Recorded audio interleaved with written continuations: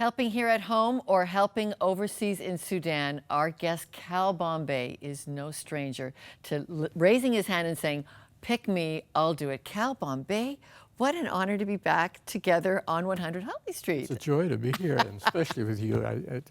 I've always loved you. Hey, tell Vern that. Okay, all right. You tell Mary. Hey, because we go way back, everybody. This is the old hosting team from 1995. Yeah, my hair color was a little different. Cal, you have hardly changed at all. A few more wrinkles. This was but back in this day, Cal, you did 3,000 Bible teachings with us. 3,000 on 100 Huntley Street. Mm-hmm. What was the feedback like for you on why there was a necessary need for a daily short teaching? Well, there are two ways to answer that question. One was the public view that was done by a Nielsen ratings, yeah. And now it's called Numeris. The program apparently spiked when I did my commentary. But the reaction I got from people themselves was letters saying, I listened to you and I heard something of some kind or another that I'd never thought of before, and I gave my heart to the Lord. And that was That's why peak. You, the farmer sowing people's hearts with the spiritual seed, was your gift. Yeah. But it took us into a really huge area, and we want to do a missions update on seeds planted by your work as Cal Bombay. You began to get a burden for Sudan, the country of Sudan, which is now the world's newest country, is South Sudan, which is where you had a laser-like focus. How did that happen?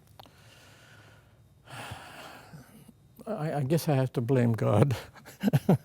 Lady Cox invited me to go over with her in the redeeming of slaves. Baroness Lady Cox. Baroness Lady Cox, and she was Deputy Speaker of the House of Lords in London, England. And she came over as a guest, and when she was here, she challenged me across the boardroom table here and said, you should come over.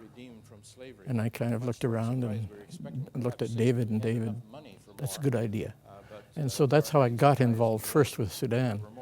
I had known of Sudan before, but very little.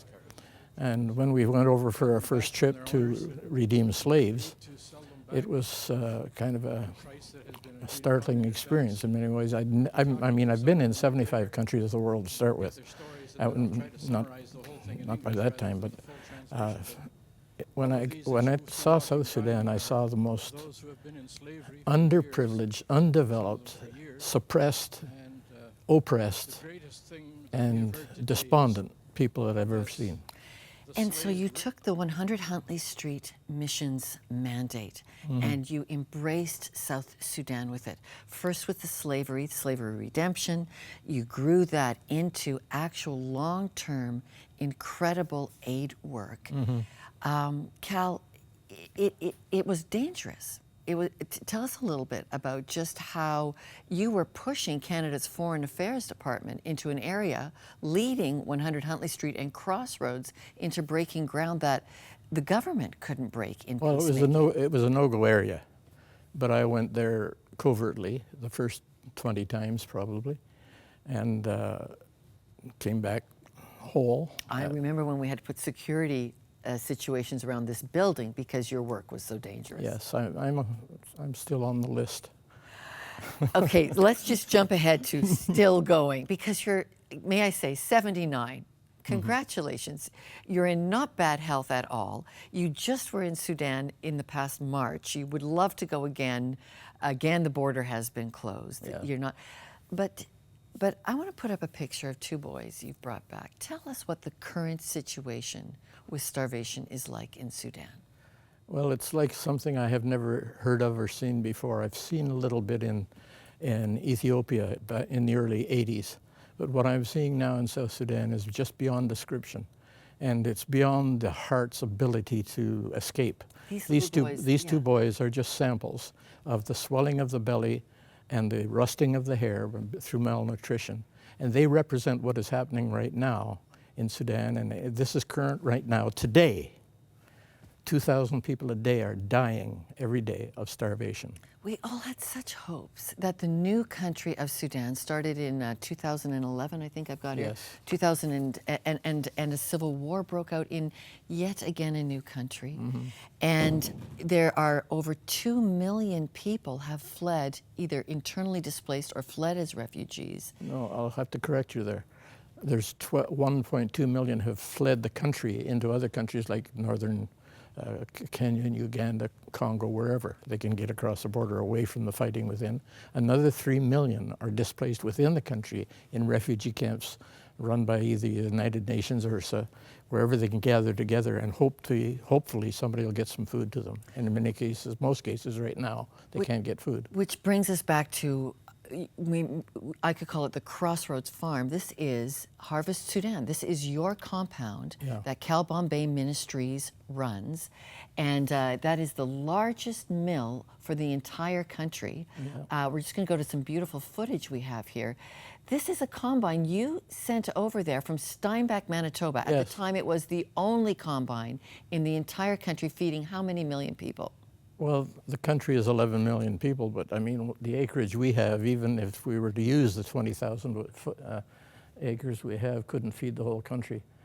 This is some of the processing of the grain. In this case, it's sorghum, and it's ready to go into the mill and be ground into powder.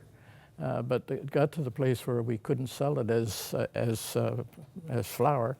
We had to sell it whole because the emergency was on us, and we had to get it into people's hands before they starved to death. And so now maybe you think there's maybe 2 combines in the entire country. The land is great. You say that it's beautiful land for soil. Very fertile. And you have gotten 20 staff in Sudan now. You have gotten a farmers cooperative going, all of those beautiful seeds that were developed. What do we need to know about growing food for today in Sudan? Well, it's a tragic thing that many countries of the world are trying to feed the country, the World Food Program and so on. And they're doing it, but at a terrible cost. They're not effective. We're still seeing It can't be effective because 95% of what's eaten in Sudan has to be imported because it's not growing there. And so my answer was, grow it here, and instead of paying $2,000, $3,000, $5,000, $7,000 a ton sometimes to buy it, ship it, and get it into the country, we can grow it there for $400 a ton, American dollars. Thank you for not letting the investment, our viewers, your life here, this platform poured into that, drop. Why don't you stop though at 79, Cal? Why don't you stop? Well, if you could see what I have seen, you couldn't walk away either. I can't walk away from this. When people are dying, starving, when they've got fertile soil, and they're ready to work. Wow. But they're in such chaos right now, the country itself, militarily, tribally, politically, economically. Their pound was 3.50 to $1. Now it's over 100 to the dollar. Inflation is killing the country. It's a mess. I can't walk away from it. And at 79, you still are praying to go back in spring, this spring, see your 20 staff that are on the ground there. You'd love to, this hospital is going to be opening. I think we've got a picture of it here. Tell us about the Luwala Hospital. The Liwolo Hospital was started by a fellow who became deputy governor of the state, a fellow by the name of Manasseh Lomale. We are like brothers, I mean, in Christ and in the flesh almost. He started building that hospital, and we took it up at Crossroads as a project, but when I left Crossroads, I guess Sudan went off the radar, and it settled, so it settled on my shoulders. So now, many years later, by March, we will hopefully get it up and going.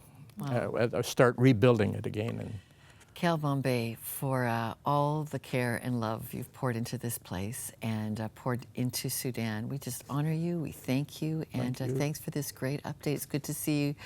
It's good to see how well you are. Yes, thank you. All right, thank you very much. Remember that when you are partnering with Crossroads, it goes and goes and goes. And thank you so much